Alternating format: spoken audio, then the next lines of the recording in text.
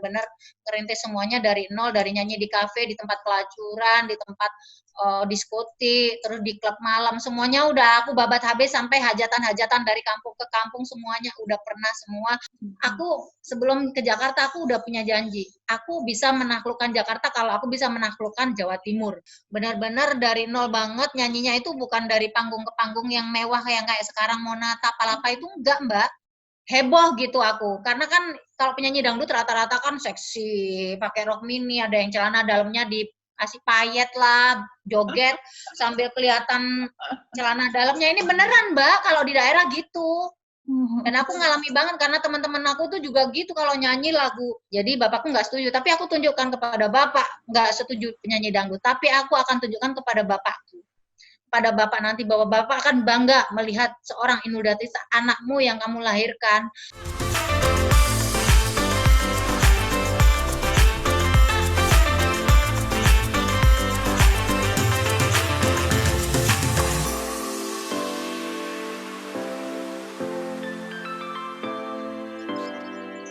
Assalamualaikum, Mbak Inul. Waalaikumsalam. Mbak, sehat? Ya, Sehat? alhamdulillah sehat. Sehat. Terlihat tambah hari tambah cantik, seger. Puasa. Amin. Soalnya di rumah, Mbak, nggak ngapa-ngapain. Jadi ya gimana dong? Seger tapi ya. Puasa lancar, Mbak? Alhamdulillah sampai hari ini belum bolos. Amin, amin. Alhamdulillah. Insya Allah lancar sampai akhir. Mbak, aku pengen ngucapin makasih, matur nuwun waktunya. Kita kemarin sempat maaf ya, aku lupa. Aku pikir hari Senin, taunya hari Minggu. Sampai lupa tanggal ya, lupa hari ya, Mbak. Iya banget. Aku sampai kayak udah nggak keder lagi, udah nggak tahu nih hari apa, tanggal berapa. Ini masih April kan ya, Mbak ya? Masih. Aku kemarin gini, Mbak Luna jadi nggak ya? Tak tungguin sampai jam 3. Kayaknya nggak jadi deh. Terus Seninnya aku gini, kayak pas aku pikir Senin, aku lihat scroll lagi, oh, hari Minggu, ya Allah. Aduh, tapi Mbak Inul luar biasa baik, udah memberikan kesempatan kedua untuk ngobrol-ngobrol hari ini. Sama-sama, Mbak. Mbak, jadi kalau Mbak Inul, aku tuh pengennya temanya tuh sebenarnya, of course, dunia Mbak kan pasti nggak jauh dari dangdut.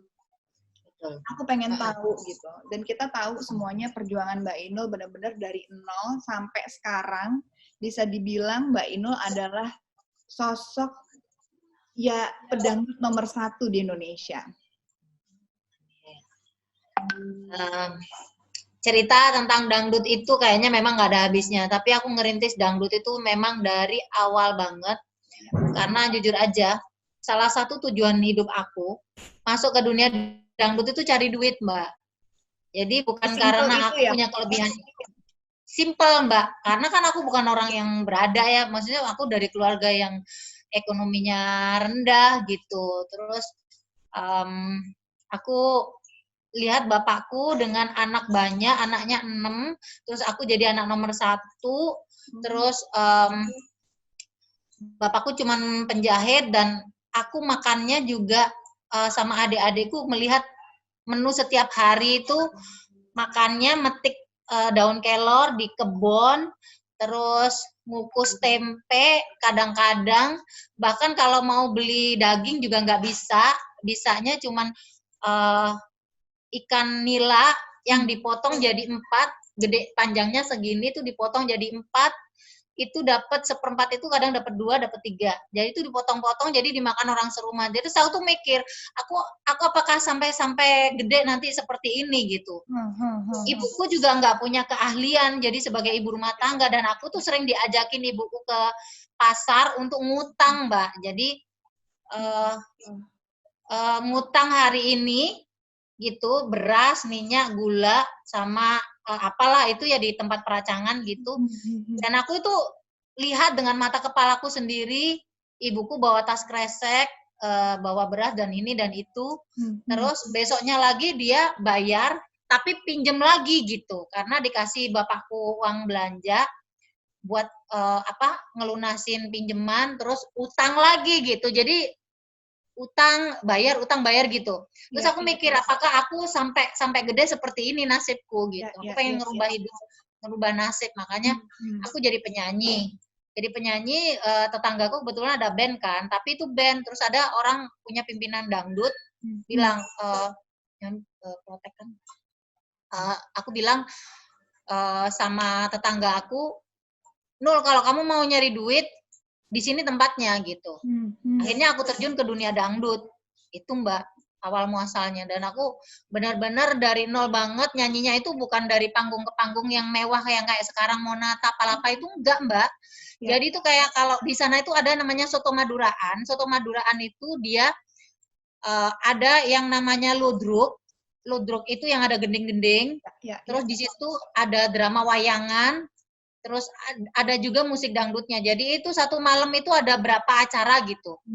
Cuman itu tanggapannya itu di daerah pegunungan, Mbak. Jadi aku itu naik truk karena kan aku nggak punya kendaraan. Jadi aku itu jadi penyanyi dangdut tapi nyanyinya bareng orang-orang ketoprakan gitu. Gitu. Jadi di situ aku berjuang lah ya, Mbak ya. Benar-benar dari nol banget. Jadi di situ aku mulai benar-benar nyanyinya dari pedalaman banget, dari dari desa ke desa gitu. Bukan kayak sekarang Monata Palapa itu enak banget. Tapi kalau zamanku dulu itu aku kendaraan aja harus berangkat siang, makanya aku itu SMP itu nggak nyampe Mbak, karena aku lebih mementingkan nyari duit daripada aku sekolah. Itu ceritanya. Aku tuh nggak punya ijazah SMP loh Mbak, jauh salah. Aku jadi ya karena memang aku nyari duit gitu. Jadi udah gitu nyanyinya memang honornya nggak banyak, tetapi aku berusaha untuk menjadi penyanyi yang baik. Karena aku bukan penyanyi dangdut, aku nyanyi di dangdut itu nyanyi lagu rock didangdutin gitu ceritanya, kayak Final Countdown, terus lagu Bad Name, lagu Cinta di Kota Tua, tapi itu didangdutin gitu ceritanya. Terus yang terakhir itu ada Anoman Obong segala macam, itu aku udah nyanyi kemana-mana gitu. Nah tapi pengalaman aku banyak banget karena aku bisa nyanyi ke Batam, sempet aku di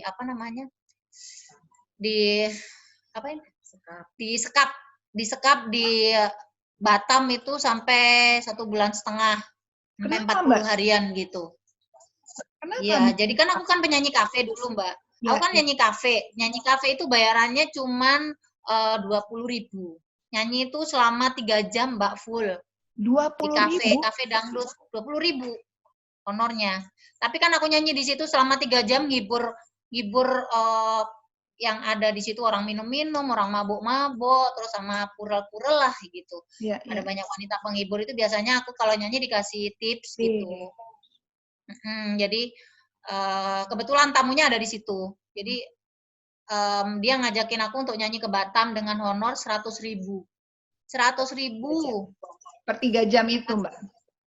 Enggak, ke Batam, diajakin, ditawarin ke Batam, mau enggak kamu dengan honor 100.000. Aku pikir gede dong, orang aku nyanyi di kafe aja honornya 20.000. Berarti aku 5 kali lipat dong nyanyi kalau ke Batam. Terus aku dikasih jobnya 10 kali kamu nyanyi, berarti dapat 1 juta. Wah, 1 juta itu gimana rasanya? Aku pengen lihat uang 1 juta, Mbak. Gitu. Karena honornya udah 1 juta lagi, Mbak. Udah banyak banget ini. Ya Allah, aku pengen tahu juga ceritanya Mbak Inul waktu pertama kali mempopulerkan namanya goyang ngebor. Itu Mbak Inul yang nyiptain atau nggak sengaja, atau ada yang inspirasinya dari mana sih Mbak Inul? Enggak, makanya aku bilang gini Mbak, dulu aku nyanyi itu memang nyanyinya itu atraktif gitu loh. Ada penyanyi dangdut banyak banget dengan goyangan porno, goyangan seksi, goyangan ini. Jadi aku tuh mengkolab semua, Mbak. Jadi goyangannya si ini gitu. Jadi di atas panggung itu heboh gitu aku. Karena kan kalau penyanyi dangdut rata-rata kan seksi, pakai rok mini, ada yang celana dalamnya dikasih payet lah, joget sambil kelihatan celana dalamnya. Ini beneran, Mbak, kalau di daerah gitu. Dan aku ngalami banget karena teman-teman aku tuh juga gitu kalau nyanyi lagu dangdut itu ya, dia pakai gaun panjang tapi dia resletingnya sampai di sini nih Mbak. sampai di pinggul. Nanti kalau makin panas tuh resletingnya dibuka, Mbak. Gitu. Nah, kalau aku enggak, aku tuh goyangnya atraktif, tapi sehat gitu. Jadi aku kesana kemari gitu. Orang tuh kayaknya heran, karena selama ini yang dilihat orang dangdut itu nyanyinya begitu gemulai tapi porno. Aku enggak begitu, aku tuh atraktif, terus goyang-goyangnya juga gitu. Nah, itu aku bukan menciptakan, tapi secara natural aja gitu. Dan itu aku enggak, waktu datang ke Jakarta orang heran lihat aku joget kayak begitu, padahal di Jawa Timur aku udah ngetop gitu, dengan bangganya gitu. Aku udah ngetop banget, enggak di hajatan-hajatan, tapi honornya 200.000, 150.000 gitu. Iya. Jadi yang mempopulerkan itu dulu Mas Eko Patrio. Iya. Waktu aku nyanyi di RCTI. Waktu aku nyanyi di RCTI, dia ngelihat, kok ada ya, kok bisa sih Nul, sama Tika Pangabean waktu itu, kok bisa sih kamu nyanyi goyangannya kayak begitu gitu, goyangannya bisa begini, wah pokoknya heboh gitu. Baru kali ini aku lihat penyanyi dangdut kayak begitu tingkahnya, katanya. Kamu kayak orang ngebor, atas bawah atas. Nah itu Eko Patrio yang Mas Eko sama Tika Pangabean yang ngasih stempel itu. Dan bukan aku yang menciptakan. Oh, jadi awalnya karena nggak sengaja, natural aja, kayak ngebor gitu. Mas Eko sama Tika Pangabean waktu itu bilang kayak ngebor. Akhirnya terkenal lah, Inul goyang ngebor. Ngebor gitu. Padahal ya jogetanku tuh macemnya banyak banget. Cuman mungkin yang dia lihat, kok bisa sih goyangan tuh turun ke atas, ke bawah gitu. Kok bisa sih lemes kayak gitu, kayak nggak ada kayak nggak gitu, ada peluangnya gitu loh Mbak. Ya itu Mas Eko yang ngasih stempel itu. Masih suka ini nggak sih Mbak? Masih suka goyang itu nggak sih Mbak? Sekarang kalau nyanyi. Aku kalau off air di panggung, misalkan di panggung terbuka kayak acara kampanye atau acara hari ulang tahun kabupaten atau apa gitu, yang di lapangan sih aku masih ya, karena identitas ya, selama ini orang taunya itu, ya mau nggak mau aku pasti menyajikan itu, walaupun nggak se-ekstrim dulu lah gitu. Benar. Gitu. Dan kita tahu perjalanan Mbak Inul itu lekat sekali dengan waktu kejadian sama Pak Haji Roman. Pelajaran apa sih? Kita nggak usah ngebahas mungkin masalahnya, tapi kalau misalkan dilihat dari pengalaman itu, Mbak Inul dapat pengalaman apa sih? Pelajaran apa yang Mbak Inul dapat dari ya nggak usahlah kejadian itu, tapi dengan semua lika-liku yang Mbak Inul udah laluin. Pelajaran yang aku petik sebenarnya banyak gitu. Tapi aku jujur aja, aku ngambil pelajaran yang aku petik positifnya semua ya Mbak ya. Karena yang jelek-jeleknya aku berusaha untuk buang walaupun itu susah dan berat gitu. Ya. Yang pertama adalah aku kenal jadi seorang fenomenal di Jakarta. Itu hal yang luar biasa menurut aku. Tidak semua penyanyi, mungkin 100 tahun lagi ada yang seperti Inul Daratista punya proses yang jadi fenomenal banget, beritanya sampai bertahun-tahun tuh masih headline news.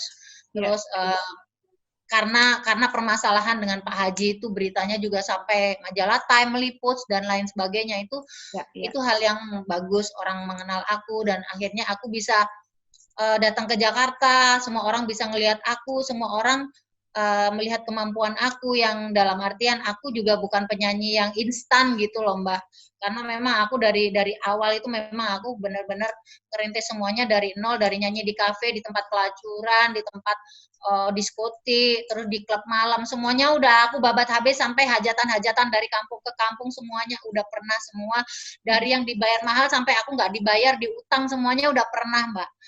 Dari aku ngamen bambung di jalanan, ya semuanya udah pernah.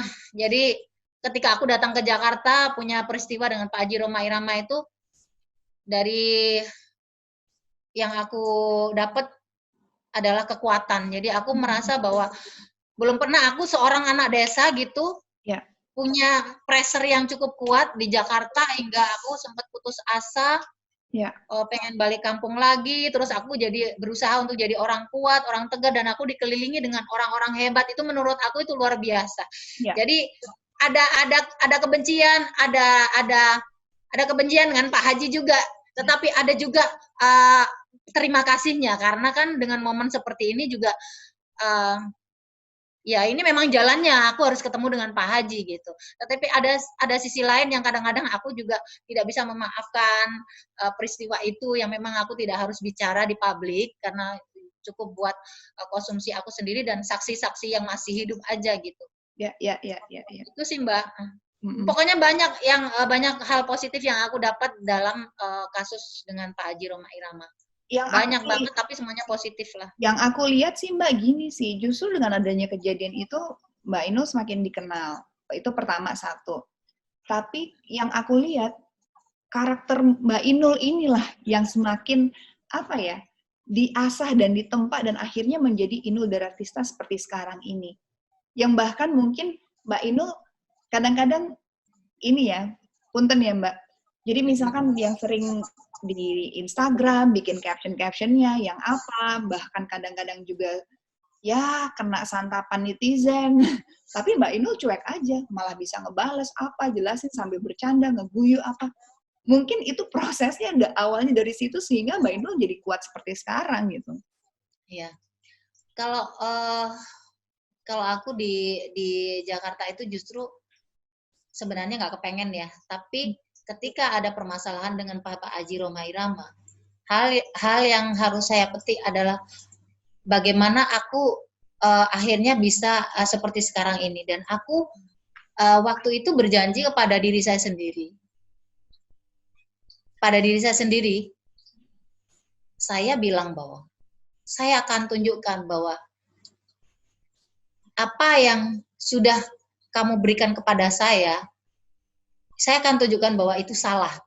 Karena selama ini kan, misalkan Bapak Haji Rhoma Irama itu taunya bahwa aku itu penyanyi instan, aku itu perusak dangdut lah, aku bawa dangdut kecomberan lah, aku bikin dangdut itu jadi rusak lah, jadi dangdut itu nggak elegan lagi dan lain sebagainya. Itu di situ sumpah serapah aku dalam hati, aku akan tunjukkan bahwa aku penyanyi dangdut yang berbeda dari apa yang kamu lihat sekarang. Walaupun memang dalam hal ini waktu dulu aku tuh mikirnya kira-kira aku ngomong sumpah serapah kayak begini tuh kesampaian nggak ya, tetapi aku dengan niat yang baik aku tunjukkan bahwa seorang Inul Daratista aku bisa ngasih jabanan bapakku dulu. Bapakku tuh juga nggak setuju kalau aku jadi penyanyi dangdut Mbak, karena taunya image-nya dangdut itu kayak gitu kan. Jadi bapakku nggak setuju, tapi aku tunjukkan kepada bapak nggak setuju penyanyi dangdut, tapi aku akan tunjukkan kepada bapakku, pada bapak nanti bahwa bapak akan bangga melihat seorang Inul Daratista, anakmu yang kamu lahirkan itu akan membanggakan kamu, membuat derajat kamu jadi tinggi, jadi besar dan dihormati orang. Alhamdulillah aku bisa menyampaikan itu sebelum orang tua aku meninggal. Dan pada saat aku diiniin sama Pak Haji ya di rumahnya waktu itu, dengan sumpah serapah aku katakan bahwa suatu saat kamu akan lihat saya seperti apa gitu. Jadi itu yang membuat tekad saya bisa menjadi seorang Inul Daratista sampai sekarang. Aku bisa berdiri kokoh, aku bisa memperjuangkan kesuksesanku, harga diriku. Itu salah satunya adalah pengen menunjukkan kepada Pak Haji bahwa apa yang kamu lihat dulu itu tidak seperti apa yang kamu lontarkan kepada saya. Aku orang yang berbeda. Itu sih Mbak. Aku lihat sih, kalau yang aku lihat sih Mbak Inul sekarang tambah kesini tuh semakin ibaratnya semakin matang, semakin elegan, dan semakin bisa selalu memberikan, entah kalau misalkan jadi juri dengan komen-komennya, dengan serba bisa menurut aku Mbak Inul. Ngelawak juga bisa kadang-kadang dengan celoteh-celotehannya. Bahkan misalkan nggak gampang loh Mbak Inul gitu ngadepin omongan orang yang negatif itu kan nggak gampang. Tapi Mbak Inul tuh bisa kayak ya santai aja gitu. Dibalas lagi komennya dengan guyon-guyonan gitu. Menurut aku tuh nggak gampang loh Mbak. Kayak gini loh, aku juga sebenarnya sama dengan Mbak Luna juga orang yang nggak gampang gitu. Dan paling males menghadapi netizen. Karena kan itu membuat hidup saya nggak sehat kalau ada komentar yang nggak enak. Tetapi kadang-kadang ada keinginan gitu, memberikan kepada mereka itu satu pelajaran penting bahwa kamu itu berbicara dengan manusia gitu. Kamu berbicara dengan orang yang punya hati nurani. Jadi kamu harus paham bahwa mulut kamu, hati kamu, keinginan kamu itu tidak sama dengan apa yang dengan orang itu gitu. Jadi harus ditunjukkan juga sebagai public figure ya memang harusnya seperti ini. Jadi kamu nggak bisa mengatur saya sesuai hidup kamu gitu. Jadi aku juga kadang-kadang gatal pengen nyinyirin juga. Kalau kamu nyinyir aku juga bisa gitu. Tapi di sisi yang lain kadang-kadang juga aku juga sadar bahwa aku public figure sebagai contoh yang baik. Nah di situ aku kadang-kadang mulai ngerem gitu. Jadi ya gitu deh Mbak. Mulai cuek dan mulai nggak dijawab semua ya Mbak ya. Tapi aku tuh kadang-kadang suka loh Mbak kalau Mbak Inul ngejawabin itu. Aku suka ketawa kalau ngelihat komennya Mbak Inul ngejawabin. Ikut jawab juga, ikut baca juga ya Mbak. Aku baca. Jadi kalau Mbak Inul apa gitu kan, waduh mampus dibales nih sama Mbak Inul nih. Justru buat aku hiburan, jadi lucu-lucu aja. Kalau aku sih, ya aku sih selalu support lah. Maksud aku tuh menjadi apa ya, bahan pertimbangan juga buat aku. Bahwa aku aja nggak seberani Mbak Inul gitu untuk ngebalesin mereka. Tapi Mbak Inul kadang-kadang mewakili kita semua. Aku tuh ya dari dulu Mbak, karena nggak tahu ya jiwaku tuh setengah kayak laki gitu. Dari kecil tuh memang olahragaku aja olahraga laki-laki gitu. Ya, Terus dan aku itu dengan orang tua, aku tuh berani banget Mbak. Terus ketika aku berpacaran sama Mas Adam sampai aku melalui proses pernikahan, aku nyanyi tuh nggak pernah diantar Mbak, sampai ke panggung Mbak. Sama Mas Adam. Jadi Mas Adam itu diantar pakai mobil, di drop. Jadi aku tuh kalau ke lokasi Mbak, aku mesti jalan sendiri. Aku pantatku ditoel, susuku ditoel atau apapun itu, hadepin sendiri. Jadi aku tuh sering ribut. Pernah mau menyanyi, jalan sendiri ke lapangan karena aku nggak dianterin. Aku ribut sama penonton karena pantatku ditoel. Aku sampai gitu Mbak. Jadi aku tuh jiwa kejantananku itu kayaknya gede gitu. Jadi aku tuh pemberani gitu. Makanya aku sebelum ke Jakarta aku udah punya janji. Aku bisa menaklukkan Jakarta kalau aku bisa menaklukkan Jawa Timur, daerahku sendiri.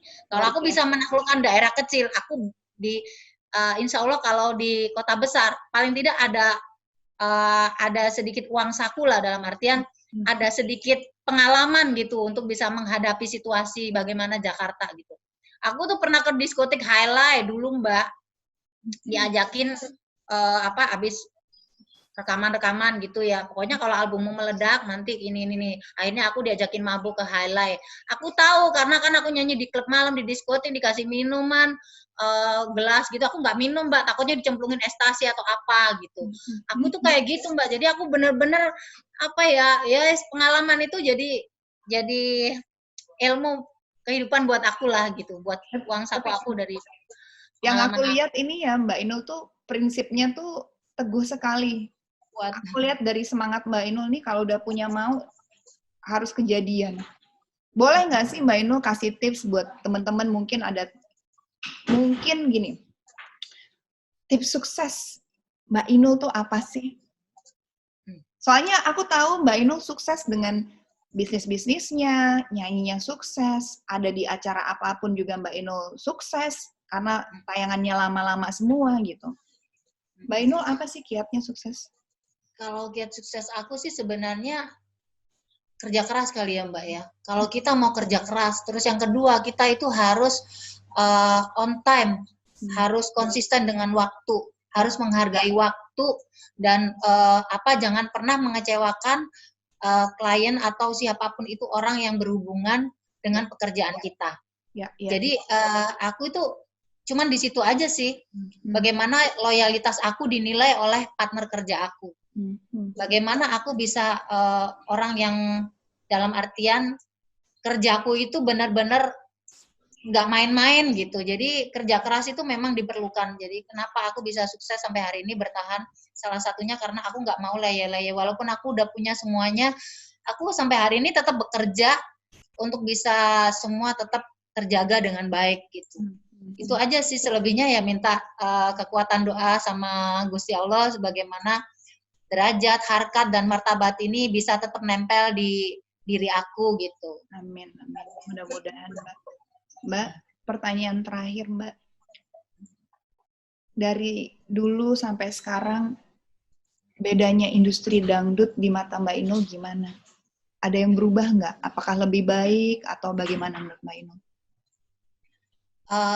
Jujur aja, kalau dulu sama sekarang itu jauh banget.